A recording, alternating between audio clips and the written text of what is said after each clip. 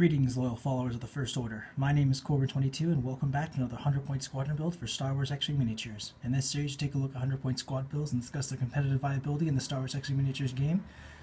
Tonight's build, we're looking at a 3-ship Rebel squadron that's capable of dishing out lots of damage at close, mid, and long range.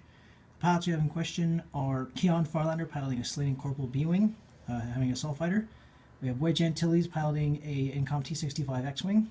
We have Lieutenant Blount piloting an Incom Z95 AF4 Headhunter. Now again, the idea behind the build is these ships are able to dish out lots of damage either close range, long range, or mid range. So basically these guys are specialists in their respective fields. With Keyan being more of a multi-purpose guy, because closer long range he's going to be getting lots of attack. He's going to lots of attacks with either his primary or secondary. Wedge, he's kind of a close range kind of guy. And then we got Blount being the mid range kind of guy. So that said, let's look at the squadron itself. Total squad point count comes to 100, so you're going to be looking at a ship. So yeah, you're not going to be. Chances are you won't be getting initiative unless you roll for it. However, the good thing about this squadron build is that they all have high pilot skills. So chances are you're going to be shooting last. You're going to be moving last, but you're going to be shooting first with these guys. So that's that. That's that out of the way. Let's start with the mid-range fighter. I don't really use these guys a lot because I find that they're the Rebel equivalent of the TIE Fighter. But I found that these guys do have their uses, especially when my roommate uses them. We have Lieutenant Blount, coming in at a pilot skill of 6. He flies the Incom Z95 Headhunter for the Rebel Alliance. He has a standard stat line of a Z95.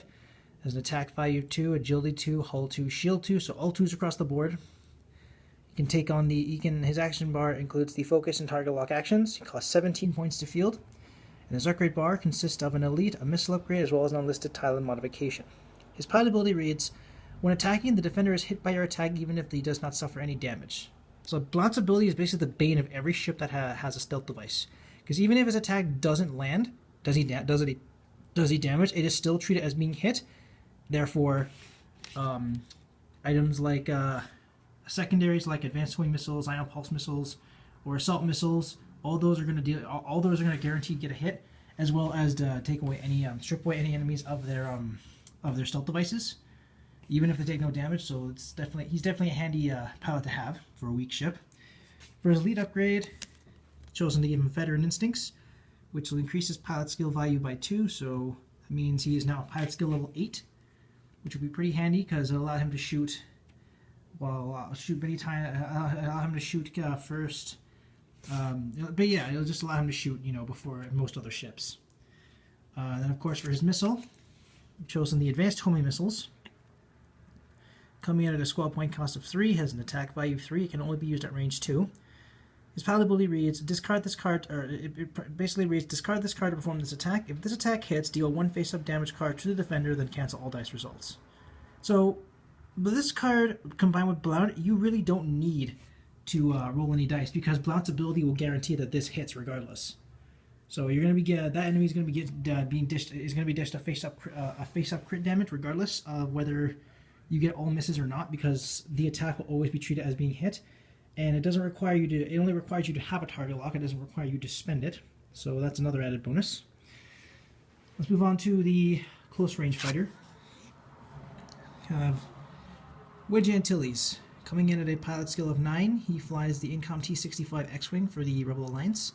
Standard stat line of an X-Wing, attack value 3, agility value 2, a hull value of 3, and a shield value of 2.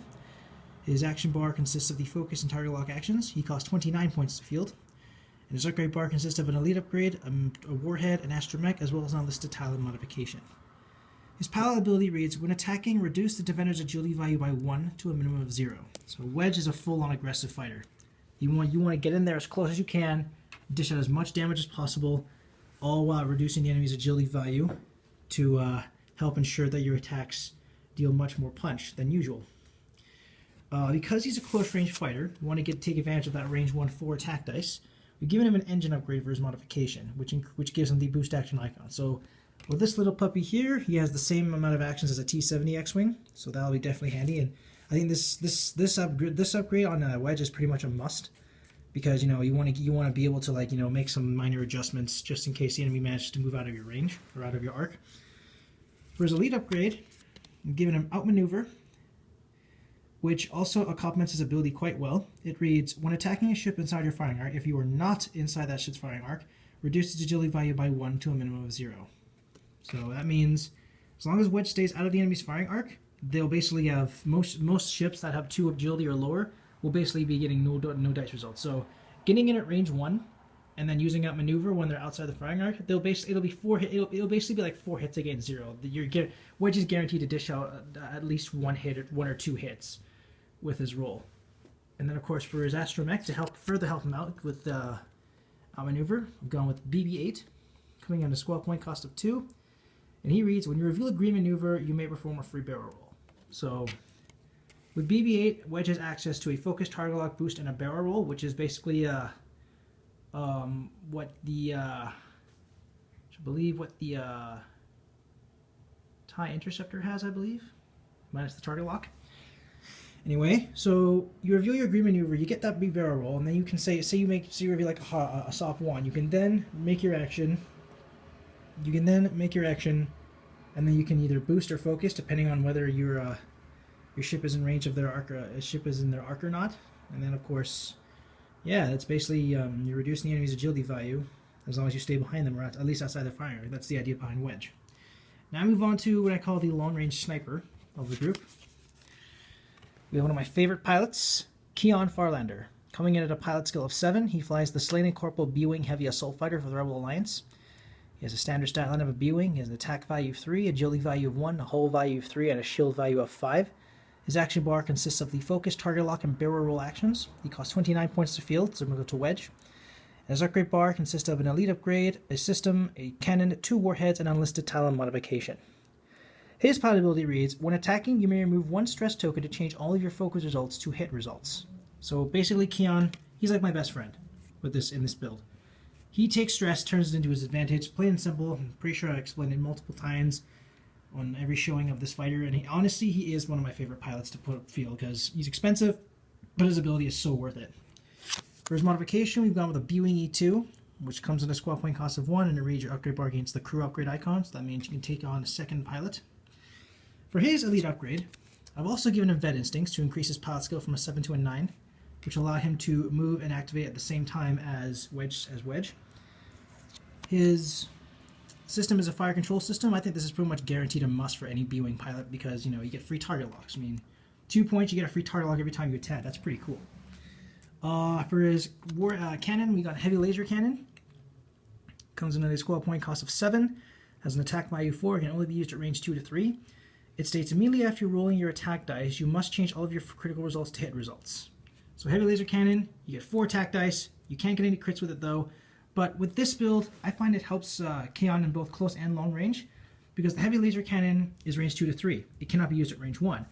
But Keon has a standard attack value of 3, so at range 1, you get 1 extra dice. So that means, regardless of what range you attack at, you're going to get 4 dice regardless. So I think that's pretty nifty. And considering that Keon is able to turn stress to an advantage, you can pretty much just rock it in there like speed 4 and not have to worry about anything because you'll get a free target lock whenever you attack, regardless if you're stressed or not. For his extra crew slot, I've chosen Hera Syndulla. Coming in at a pilot skill of 1, a squad point cost of 1. She reads, you can reveal and execute red maneuvers even while stressed. So just in case you can't burn that stress or decide not to, you can still perform red maneuvers with Hera because she allows you to perform red maneuvers even while stressed. So it's nifty if you want to get the drop on your opponent to, like, say, a K2 to get behind them. And of course they decide to zoom off away because they think, oh, he's probably just gonna get rid of the stress another way. But yep, guess what? I surprised you. I was able to do red maneuvers. So yeah, this build I'm going to call it the specialist build because they all specialize in different attack ranges. I'll come back in just a bit to show you exactly how the squadron works. Okay, the ships are in place. For this example, we are using Leighton Ashera and Sarisu piloting M3A Skeek interceptors, and we have Guri piloting a Star Viper. Blount has taken a target lock and is at range 2 of Leighton Ashera. Keon is stressed out with Keon is stressed. Wedge has taken a focus action and he's outside the Sarisu's firing arc. And we have he's also taking a focus. He's taken evade and he's also taken a focus. So That said, let's start the attack phase. First, I'm going to have Wedge shoot first, because both he and Keon can activate at the same time, thanks to him having Veteran Instinct. So he's going to shoot first. It's going to be 4 dice at range 1. So normally we'd have 3 dice, but Wedge strips one of them naturally. And then, of course, Outmaneuver strips another one. So Sarisu only has 1 dice to work with. Alright, Wedge has 2 hits and 2 focuses. He'll spend his focus to turn these to hits. So 4 hits across the board. This could potentially one-shot Sarisu. Yeah, he's out of there. All shields are gone. Bye-bye. She's out of there. Next we have Keon. He's going to shoot at Guri with his heavy laser cannon. So Guri's going to have 3 because of he doesn't get a range bonus. Is he in range? Yeah, oops. Yeah, he's in range. But yeah, so because of the secondary attack, he doesn't get 4, he gets 3. Let's roll the dice. And we have a hit, a blank, 2 hits, a blank, and a focus. I'll spend the stress, turn that to a hit. 3 dice, and then of course, fire control system gets me a target lock, like that. And 1 focus, so 2 blanks and a focus, spend the focus, that becomes an evade. So that gets cancelled out, Guri loses a shield, and he takes a hull damage. So Guri has 1 hull damage going for him. Finally, we have Blount. He's going to be shooting with his missile. So he's going to be rolling his dice. 3 hits, or 2 hits. 1 evade, 1 focus. She can use that, but it won't matter because Blount's ability guarantees that the missiles will hit. So her critical is, oh, she's out of there with direct hit. Oh, that's gotta suck. Okay, that takes care of that. And then of course we have Guri. He's probably gonna take a shot at, let's see, he can't shoot Keon, and he's just out of range of Blount, so yeah, that takes care of that. So just like that, 2 ships out of there thanks to a direct hit from Blount with his advanced homing missiles. But yeah, so that's how the Specialist Squadron works. Let me know what you guys think in the comments below. Any sort of criticism is greatly appreciated. If you like, you may use this build for any competitive or casual play, or you can tweak it or revamp it to your own specifications. Again, thank you guys so much for watching. I really do appreciate your continued support. And remember, my loyal followers, the dark side will always be with you. Glory to the First Order.